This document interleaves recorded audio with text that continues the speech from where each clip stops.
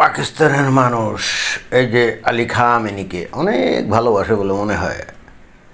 তবে ওই যে খবর যেটা দেখা যাচ্ছে, ওই করাচিতে আমেরিকান কনসুলেট আছে, তো সেখানে দেখলাম যে বিক্ষোভকারীরা গিয়ে ভাঙচুর করছে এবং অতঃপর মনে হয় যে এখানেই ওই পাকিস্তানি পুলিশ তাদের উপরে গুলি বর্ষণ করছে এবং যাতে করে হয়তো 9 জন নিহত হয়েছে। এখন প্রশ্ন হলো যে ওখানে গিয়ে যারা ভাঙচুর করছিল এরা শিয়া না সুন্নি? পাকিস্তানে তো বেশ শিয়া আছে, তাই না? তো ইরানের আলী খামেনি যদি ইসরায়েলের বোমার আঘাতেই নিহত হয়েছে, তবে তার এগেনস্টে তো সুন্নিরা তো আসলে এত উন্মত্ত হওয়ার কথা না, শিয়ারাই হবে এবং সম্ভবত সেটাই হয়েছে। তো যেহেতু মাত্রা ছাড়া তারা বিক্ষোভ করছে, অর্থাৎ আমেরিকার দূতাবাসের মানে যে কনসুলেট সেখানে যে ভাঙচুর টাংচুর করছে, এটা তো মেনে নিবে না। পাকিস্তানের সেনাবাহিনী, সরকার, এগুলো হলো একেবারে আমেরিকার খাস কী বলে দাস, তাই না? তো আমেরিকা তো বিষয়টাকে ছেড়ে দিবে না। আমেরিকা তো এই পাকিস্তান সরকারকে কৈফিয়ত তলব করবে যে তোমাদের সামনে এগুলো কেমন ঘটল।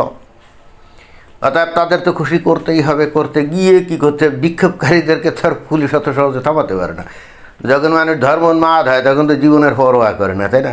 তখন পুলিশ লাঠি মাঠি তারপরে কাঁদানে গ্যাস দিয়ে তো আর থামাতে পারে না। স্বাভাবিকভাবে কি লাইভ বুলেট যুক্ত গুলি ছুটছে, 9 জন মারা গেছে, তাই না? তো এই 9 জন মনে হয় যে শিয়া অধ্যুষিত মানে শিয়াপন্থী লোক হতে পারে।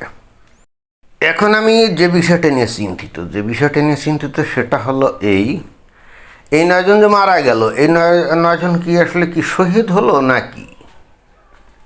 এটাই হলো আমার প্রশ্ন। এরা যদি শিয়া হয় তাহলে কি শহীদ হবে? কারণ পাকিস্তান তো একটা সুন্নি প্রধান দেশ, রাইট? তো তাদের দৃষ্টিকোণ থেকে এবং তাদের ইসলামিক স্কলার আলেম ওলামা তাদের দৃষ্টিকোণ থেকে শিয়ারা তো মুনাফেক। তো এই মুনাফেকদেরকে গুলি করে মারল কারা? সুন্নিপন্থী পুলিশ মনে হয়।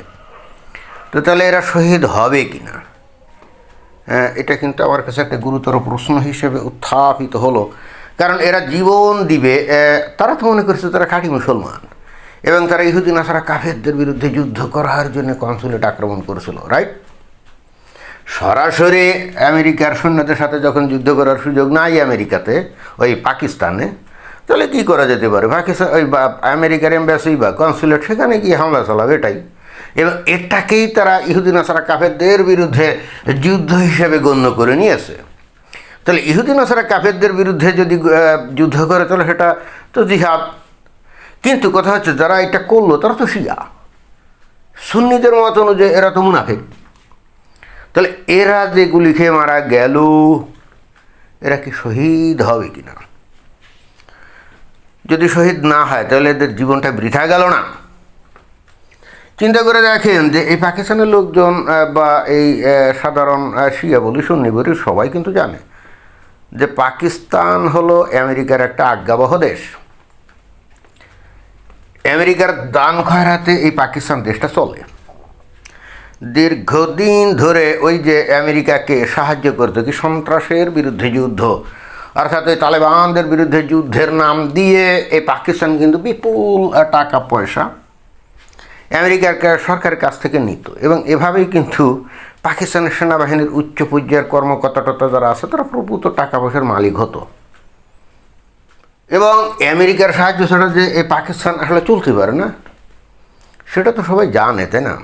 এবং কালে কালে এই পাকিস্তান রাষ্ট্রটা আমেরিকার দান খয়রাতের উপরে এতভাবে নির্ভরশীল হয়ে পড়লো যে এরা অর্থনৈতিক কর্মকাণ্ডে এরা আর মনোনিবেশ করতে পারলো না। ব্যবসা বাণিজ্য, ম্যানুফ্যাকচারিং খাত, এগুলো কিন্তু আর ডেভেলপ তো করেই নাই এবং যে কারণে বস্তুত এদের ওই এক্সপোর্টিং আইটেমস কমতে কমতে অনেক কমে গেছে।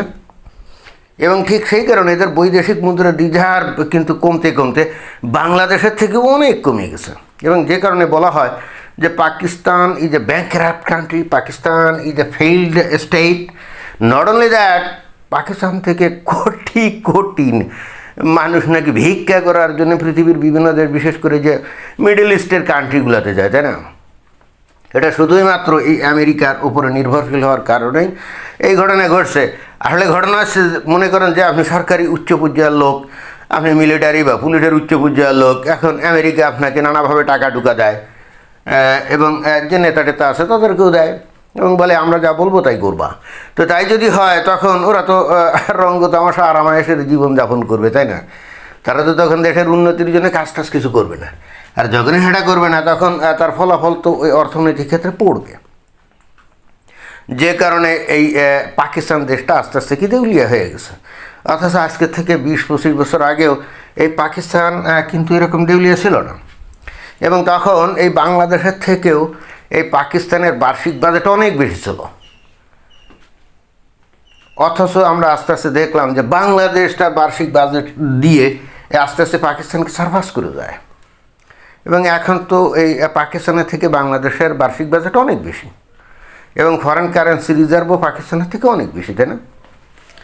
তো যাই হোক, যেটা বলছিলাম যে পাকিস্তানের সেনাবাহিনী, পুলিশ, আমলা, নেতা প্রায় 100% আমেরিকার দান খরচের উপরে নির্ভরশীল, এবং আমেরিকার যে কোনো হুকুম মানার জন্য তারা এক পায়ে খাড়া। সেখানে কিনা কিছু পাবলিক গিয়ে আমেরিকার কনসুলেটে ভাঙচুর করে, এত বড় দুঃসাহস! এত মাত্র 9 জন মারা গেছে, তাই না? 90 জন বা 100, 150, 200 জন মারা যান, এটাই তো বেশি। একেবারে কুত্তার মতো গুলি দিয়ে মারতো, আমার কাছে যেটা মনে হয়। তবুও একটা জিনিস কিন্তু অবশ্যই লক্ষণীয়, সেটা হলো যে পাকিস্তানের এই যে লোকজন যারা প্রচণ্ড ধর্মোন্মাদ, তাই না, তারা কিন্তু সাহস করে ঠিকই আমেরিকান কনসুলেট বা এমবাসি, যাই বলি না কেন, মনে হয় কনসুলেট হবে, এমবাসি তো ওই যে ইসলামাবাদে, ক্যাপিটাল অফ পাকিস্তান, আর করাচি যেহেতু, সেখানে একটা কনসুলেটই হবে।